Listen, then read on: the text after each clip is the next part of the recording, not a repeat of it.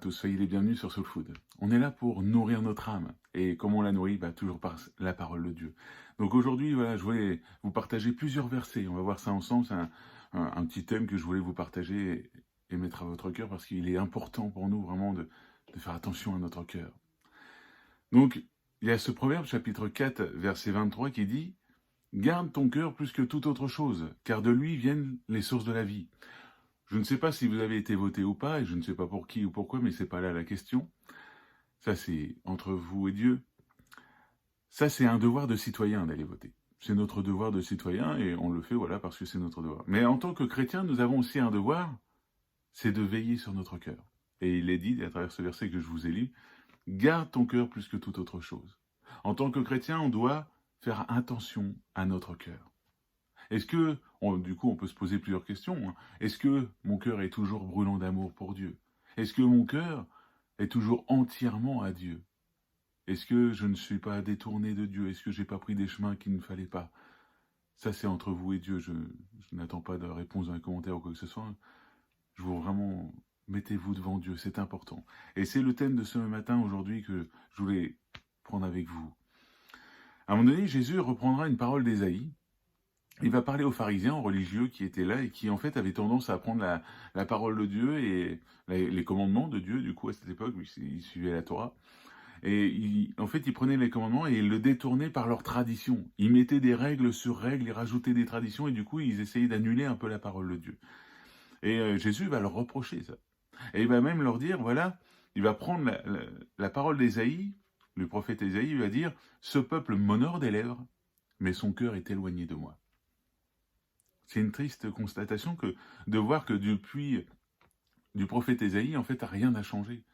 Le peuple, on parle des religieux aussi, des pharisiens, honoraient Dieu du bout des lèvres, mais leur cœur n'était pas à Dieu.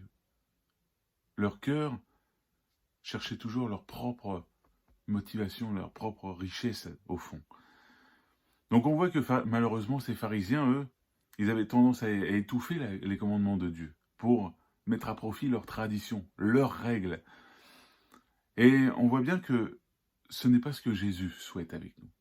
Il ne souhaite pas qu'on vive une vie religieuse qui suit une série de règles et qui dit, voilà, si je suis bien les commandements de Dieu, à la fin de la journée, je mériterai son amour. C'est pas ce que Dieu veut. Dieu, premièrement, te dit une seule chose. Je t'aime. Il te le dit et il l'a prouvé sur la croix. Ça, rien ne pourra changer. Pas ce que tu fais ou ce que tu ne fais pas. Dieu t'aime et ça ne changera jamais, mon ami. Ça ne changera jamais. Peut-être aujourd'hui, tu es peut-être tombé et tu es en train de te dire, mais Dieu ne m'aime plus, je suis loin de Dieu. C'est faux. Ça, c'est des mensonges du diable. Ne les mange pas, ne laisse pas le diable gagner sur ton cœur. Il aime bien, voilà, on ne l'appelle pas l'accusateur pour rien. La Bible l'appelle l'accusateur. Et il dit qu'il condamne les âmes. Mais ne te laisse pas condamner. Jésus, lui, te dit qu'il t'aime. Il voit peut-être où tu es tombé. Il voit peut-être les choses qu'il y a dans ta vie à changer. Mais il va le faire, il va faire ça avec toi, petit à petit. Vous savez, les enfants, au tout début, ils tombent souvent et les parents le relèvent. Ils tombent, ils le relèvent à chaque fois. Chaque fois qu'ils tombent, on est là pour les relever, pour qu'ils puissent apprendre à marcher. C'est pareil avec Dieu. Dieu nous accompagne comme un papa qui nous aide à marcher. Même si on tombe souvent, Dieu est là pour nous relever. Mais c'est à nous de venir à Dieu. Alors aujourd'hui, je t'invite vraiment, ne te laisse pas condamner, ne te laisse pas accuser. Parce que Dieu te dit qu'il te pardonne. Dieu te dit qu'il t'aime. Et tout ce qu'il attend, c'est que tu viennes à lui chaque jour. Pas que tu suives une série de règles. Pas une religion. Il n'est pas là non plus pour te dire il faut que tu lises la Bible, il faut que tu pries.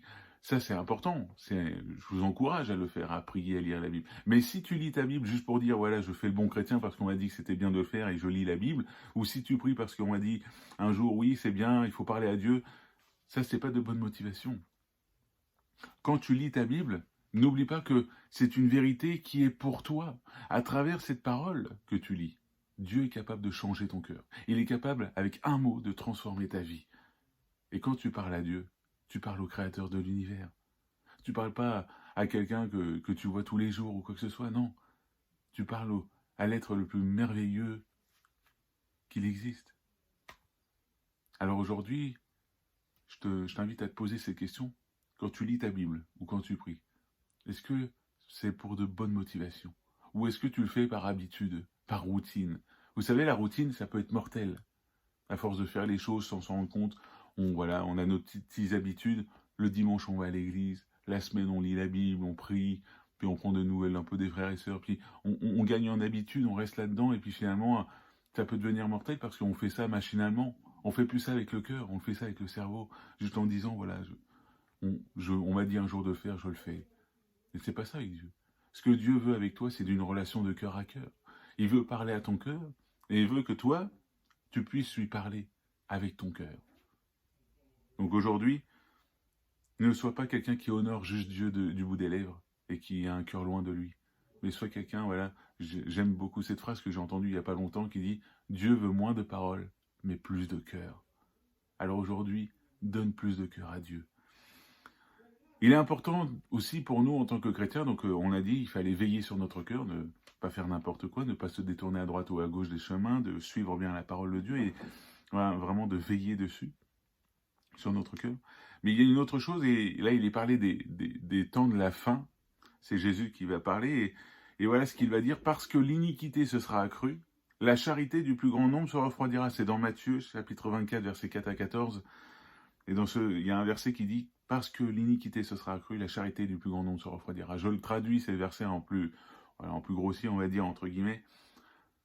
Parce que la persécution se sera accrue et augmentera, l'amour du plus grand nombre des croyants se refroidira pour Dieu. Donc du coup, il y aura de moins en moins de croyants qui aura un cœur pour Dieu. Ce sera plutôt de la religion, quelque chose de froid, quelque chose qui n'a pas de goût, pas de valeur. Alors aujourd'hui, c'est important de se placer devant Dieu, de dire « Seigneur, est-ce que je t'aime comme le premier jour? Est-ce que mon amour pour toi n'a pas changé? Je te remets tout ça entre tes mains. » Je me pose aussi ces questions. Je ne suis pas meilleur que vous. Je me pose aussi ces questions pour moi. Jésus a commencé une œuvre nouvelle en vous. Peut-être que tu as accepté Dieu. Peut-être que tu as même donné ta vie par un baptême. Eh bien, sache que si tu en es là, c'est que Jésus a commencé une œuvre parfaite en toi. Et si peut-être aujourd'hui tu es en train de te dire « Mais je me pose des questions, je cherche Dieu », sache que Jésus a prouvé son amour pour toi sur cette croix. Oui, sur cette croix, il a donné sa vie pour que tu puisses être sauvé. Aujourd'hui, tout ce qu'il attend, c'est que tu viennes à lui, que tu l'acceptes comme ton sauveur, que tu acceptes de donner ton cœur à Jésus. C'est ton choix à faire. Ézéchiel chapitre 36, verset 26, il est dit « Je vous donnerai un cœur nouveau, et je mettrai en vous un esprit nouveau. J'ôterai de vos corps le cœur de pierre, et je vous donnerai un cœur de chair. » Oui, Dieu, pour ceux qui ont accepté Dieu, qui ont pris leur baptême, Dieu vous a donné un cœur nouveau, un cœur de chair, un esprit nouveau. Vous êtes enfant de Dieu maintenant. Marchez en tant que tel. Et toi qui peut-être tu cherches Dieu, tu cherches Jésus, eh bien ça, il est capable de le faire dans ta vie. Il peut te donner un cœur nouveau, un esprit nouveau. Il peut ôter ce cœur de pierre et te donner un cœur de chair. Et c'est à toi de venir à lui, de faire ce pas de foi vers Jésus. Alors, pour récapituler un peu toute cette vidéo, je vous invite vraiment à faire votre devoir de chrétien, à veiller sur votre cœur, sur vos chemins que vous empruntez. À veiller aussi à ce que votre cœur soit toujours brûlant d'amour. Pas tomber dans la religion, pas suivre une série de règles, parce qu'il est dit un jour dans la Bible qu'il fallait lire la Bible, et il est dit aussi qu'il fallait prier, donc je prie. Non. Tout ce que vous faites, faites-le avec cœur, pour Dieu. Pas pour juste dire je le fais parce que je suis chrétien. On ne doit pas paraître chrétien, on doit être chrétien. Voilà, j'espère que cette parole vous a fait du bien, vous a encouragé. N'hésitez pas à la partager à quelqu'un qui aurait besoin d'entendre cette parole. Et n'hésitez pas à laisser un petit commentaire, un petit pouce pour que je puisse voir qui a aimé et puis ce que vous en avez pensé. J'aime beaucoup avoir vos retours. Que Dieu vous bénisse. À la prochaine.